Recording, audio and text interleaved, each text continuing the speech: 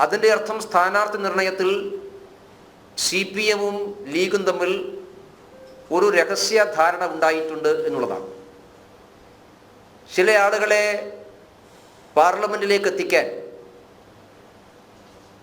തെരഞ്ഞെടുപ്പിന് ശേഷം പരസ്യമായ ഒരു ബാന്ധവത്തിലേക്ക് പോകാനുള്ള ഒരു പരിശ്രമത്തിൻ്റെ ഭാഗമായിട്ടാണ് ഈ നീക്കമെല്ലാം നടന്നിട്ടുള്ളത്. ആ നീക്കത്തിനെല്ലാം ചുക്കാൻ പിടിച്ചത് LDF-ൻ്റെ കോഴിക്കോട് പാർലമെൻറ്റ് മണ്ഡലത്തിലെ സ്ഥാനാർത്ഥിയായിട്ടുള്ള ശ്രീ എളമരം കരീമാണ്. എക്കാലത്തും ലീഗിൻ്റെയും CPM-ൻ്റെയും ഇടയിലെ മധ്യവർത്തിയായിരുന്നു എളമരം കരീം.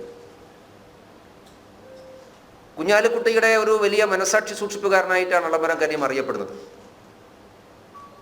കേരളത്തിലെ വ്യവസായ ലോബികളുമായി കുഞ്ഞാലിക്കുട്ടിക്കും എളമരം കരീമിനുമുള്ള ബന്ധം എല്ലാവർക്കും അറിയാം. കുഞ്ഞാലിക്കുട്ടി വ്യവസായ വകുപ്പ് മന്ത്രിയായിരുന്നപ്പോഴും എളമരം കരീം വ്യവസായ വകുപ്പ് മന്ത്രിയായിരുന്നപ്പോഴും വ്യവസായ വകുപ്പിനെ നിയന്ത്രിച്ച ലോബികൾ ഇവർക്കും വളരെ പ്രിയപ്പെട്ടവരായിരുന്നു.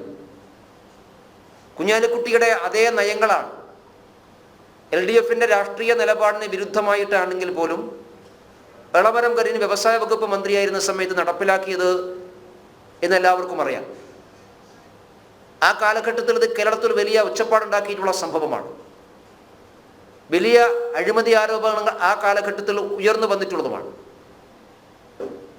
അതുകൊണ്ട് ഈ പുതിയ ബന്ധത്തിൻ്റെ പുറകിൽ, മുസ്ലിം ലീഗിൻ്റെയും CPM-ൻ്റെയും പുതിയ ബാന്ധവത്തിന് പുറകിലുള്ള കുഞ്ഞാലിക്കുട്ടി, എളമരം കരീം, അച്യുതണ്ടാണ് മലബാറിലെ 3-4 പാർലമെൻറ്റ് മണ്ഡലങ്ങളിലെ സ്ഥാനാർത്ഥി നിർണയവുമായി ബന്ധപ്പെട്ടിട്ടുണ്ടായിട്ടുള്ളത്. അതിൻ്റെ അടിസ്ഥാനത്തിലാണ് ലീഗ് സ്ഥാനാർത്ഥികളെ നിശ്ചയിച്ചത്, LDF സ്ഥാനാർത്ഥികളെ നിശ്ചയിച്ചത്. അങ്ങനെയാണെങ്കിൽ പിന്നെ എന്തിനാണ് ഇവർ രഹസ്യമാക്കി വെക്കുന്നത്? തെരഞ്ഞെടുപ്പിന് മുമ്പ് തന്നെ ലീഗുമായിട്ട് ബാന്ധവത്തിലേക്ക് എത്താൻ മുസ്ലിം വോട്ടിനെ കണ്ണുനട്ടുകൊണ്ടുള്ള വില കുറഞ്ഞ സാമുദായിക രാഷ്ട്രീയത്തിനാണ് CPM നേതൃത്വം ശ്രമിച്ചിട്ടുള്ളത്. അത് സ്ഥാനാർത്ഥി നിർണയം പരിശോധിച്ചാൽ നിങ്ങൾക്കത് മനസ്സിലാകും. പൊന്നാനിയിൽ എന്തേ മറ്റൊരു സ്ഥാനാർത്ഥിയെ CPM പരിഗണിച്ചില്ല? CPM ജാതിയും മതവും ഒന്നും നോക്കാതെയാണ് സ്ഥാനാർത്ഥി നിർണയമെങ്കിൽ എന്തുകൊണ്ടാണ് പൊന്നാനിയിൽ മറ്റൊരാളെ പരീക്ഷിക്കാൻ CPM തയ്യാറാകാതിരുന്നത്? അപ്പം സ്ഥാനാർത്ഥി നിർണയത്തിൻ്റെ പിറകിൽ മലബാറിലെ മുസ്ലിം സമൂഹത്തിൻ്റെ വോട്ട് ലാക്കാക്കിക്കൊണ്ടുള്ള ലീഗുമായിട്ടുള്ള ഒരു അഡ്ജസ്റ്റ്മെൻറ്റിനാണ് CPM തയ്യാറായിട്ടുള്ളത്. CPM-ന് ചില ആളുകൾക്ക് ലീഗ് വോട്ട് കൊടുക്കും, ലീഗിൻ്റെ സ്ഥാനാർത്ഥികൾക്ക് CPM വോട്ട് കൊടുക്കും. അതാണ് ഫലത്തിൽ ഉണ്ടായിട്ടുള്ള ഒരു വലിയ ധാരണ. ഇത് തിരിച്ചറിയാൻ CPM-നകത്തെ സാധാരണ പ്രവർത്തകന്മാർ തയ്യാറാകണം എന്ന് BJP അഭ്യർത്ഥിക്കുകയാണ്. കേരളത്തിൽ സംഘടിത മുസ്ലിം മത വോട്ടിന് വേണ്ടി CPM കാണിക്കുന്ന വില കുറഞ്ഞ രാഷ്ട്രീയം തിരിച്ചറിയാൻ ആ പാർട്ടിക്കുള്ളിലെ ഇതര വിഭാഗങ്ങൾക്ക് സാധിക്കണം. തെരഞ്ഞെടുപ്പ് എന്ന് പറയുന്നത് ഏതെങ്കിലും ഒരു വിഭാഗത്തിന് മാത്രമേ വോട്ടുള്ളൂ എന്നാണോ CPM-ന് ധാരണ? തെരഞ്ഞെടുപ്പിൽ വോട്ടിന് ഒരേ മൂല്യമേ ഉള്ളൂ, എല്ലാ വോട്ടിനും ഒരേ മൂല്യമുള്ളൂ. ചില വോട്ടുകൾക്ക് മൂല്യം കൂടുതലുണ്ട് എന്നാണോ CPM ധരിക്കുന്നത്? ആ ധാരണയുടെ പുറത്താണ് ഇത്തരം നീക്കങ്ങൾക്ക് CPM ശ്രമിക്കുന്നത്. അതുകൊണ്ടാണ് ഞങ്ങൾ പറഞ്ഞത്, CPM-നകത്തെ സാധാരണ പ്രവർത്തകരാണ് ഇതിനെതിരായിട്ട് രംഗത്ത് വരേണ്ടത്. മുസ്ലിം ലീഗും CPM-ഉം തമ്മിൽ, കുഞ്ഞാലിക്കുട്ടിയും എളമരം കരീമും തമ്മിൽ ഉണ്ടാക്കിയിട്ടുള്ള ഈ അവിശുദ്ധമായിട്ടുള്ള ബാന്ധവത്തിനെതിരായി CPM-നകത്തെ സാധാരണ പ്രവർത്തകന്മാർ, കോൺഗ്രസിനകത്തെ സാധാരണ പ്രവർത്തകന്മാർ രംഗത്ത് വരണം എന്നാണ് BJP ആവശ്യപ്പെടുന്നത്. ലീഗ് UDF-ലാണ് പേരിന്, പക്ഷേ ലീഗ് UDF-ൽ നിന്നുകൊണ്ട് CPM-ന് വേണ്ടിയിട്ടാണല്ലോ ലീഗ് പണിയെടുക്കുന്നത്. CPM-ആയിട്ടാണല്ലോ ലീഗിൻ്റെ ധാരണകൾ. CPM-ൻ്റെ സ്ഥാനാർത്ഥികളുമായിട്ടാണല്ലോ ബാന്ധവങ്ങളെല്ലാം.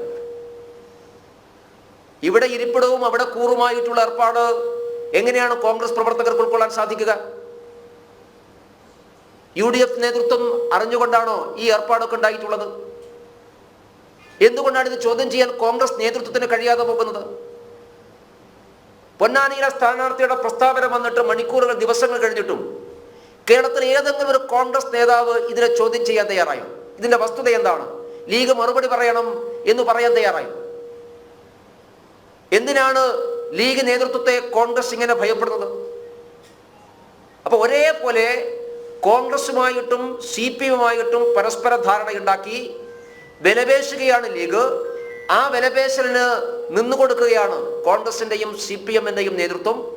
അതുകൊണ്ടാണ് ഞാൻ സൂചിപ്പിച്ചത്, ഈ തെരഞ്ഞെടുപ്പിൽ സംഘടിത മതവിഭാഗത്തിലെ ഒരു ന്യൂനപക്ഷ മതവിഭാഗത്തിന്റെ വോട്ട് ലാക്കാക്കിക്കൊണ്ട് നടത്തുന്ന അങ്ങേയറ്റം ഹീനമായിട്ടുള്ള വില കുറഞ്ഞ രാഷ്ട്രീയത്തിനാണ് CPM-ഉം കോൺഗ്രസ് ശ്രമിക്കുന്നത്. അതിന് വലിയ വില അവർ കൊടുക്കേണ്ടി വരും. ഞാൻ ഒന്നുകൂടി ആവർത്തിക്കുന്നു, വോട്ടിന്റെ മൂല്യം എല്ലാവർക്കും ഒരുപോലെയാണ്. ചില ആളുകളുടെ വോട്ടിന് മൂല്യം കൂടുതലുണ്ട് കോൺഗ്രസിന്റെയും CPM-ന്റെയും ധാരണയെങ്കിൽ അത് ഈ തെരഞ്ഞെടുപ്പ് കഴിയുമ്പോൾ അവർക്ക് ബോധ്യമാകും എന്നുള്ളതാണ് ആ വിഷയത്തെ സംബന്ധിച്ചിടത്തോളം സൂചിപ്പിക്കാനുള്ളത്. മറ്റൊരു കാര്യം, വയനാട് ജില്ലയിൽ പൂക്കോട് ഒരു വിദ്യാർത്ഥി ക്രൂരമായി കൊല ചെയ്യപ്പെട്ട വിഷയത്തിൽ ഇപ്പോഴും മുഴുവൻ പ്രതികളും പിടിക്കപ്പെട്ടിട്ടില്ല. SFI ആണ് ആ സംഭവത്തിന്റെ പുറകിലെന്ന് എല്ലാവർക്കും അറിയാം. ഇപ്പൊ പിടിക്കപ്പെട്ടിട്ടുള്ള പ്രതികൾ മുഴുവനും തന്നെ പ്രധാനപ്പെട്ട പ്രതികളല്ല എന്ന് കുട്ടിയുടെ മാതാപിതാക്കൾ പറയുന്നു. മാത്രമല്ല സഹപാഠികളായിട്ടുള്ള ചില ആളുകൾ പറയുന്നു. പ്രതികളെ ഇത്രയും ദിവസം സംരക്ഷിച്ചത് CPM നേതൃത്വമാണെന്ന് എല്ലാവർക്കും അറിയാം. SFI നടത്തിയിട്ടുള്ള ഏറ്റവും വലിയ ഭീകരപ്രവർത്തനമാണ് ആ കുട്ടിയോട് കാണിച്ചിട്ടുള്ളത്. കേരളം ഒന്നാകെ ലജ്ജിച്ച് തലതാഴ്ത്തേണ്ട വിഷയമാണ്. ഒരു കുട്ടിയെ പരസ്യ വിചാരണ ചെയ്ത് ക്രൂരമായി കൊലപ്പെടുത്തി കെട്ടിത്തൂക്കുക എന്നുള്ള പ്രാകൃതമായിട്ടുള്ള നടപടിയാണ് SFI നേതൃത്വം സ്വീകരിച്ചിട്ടുള്ളത്. അറസ്റ്റ് ചെയ്ത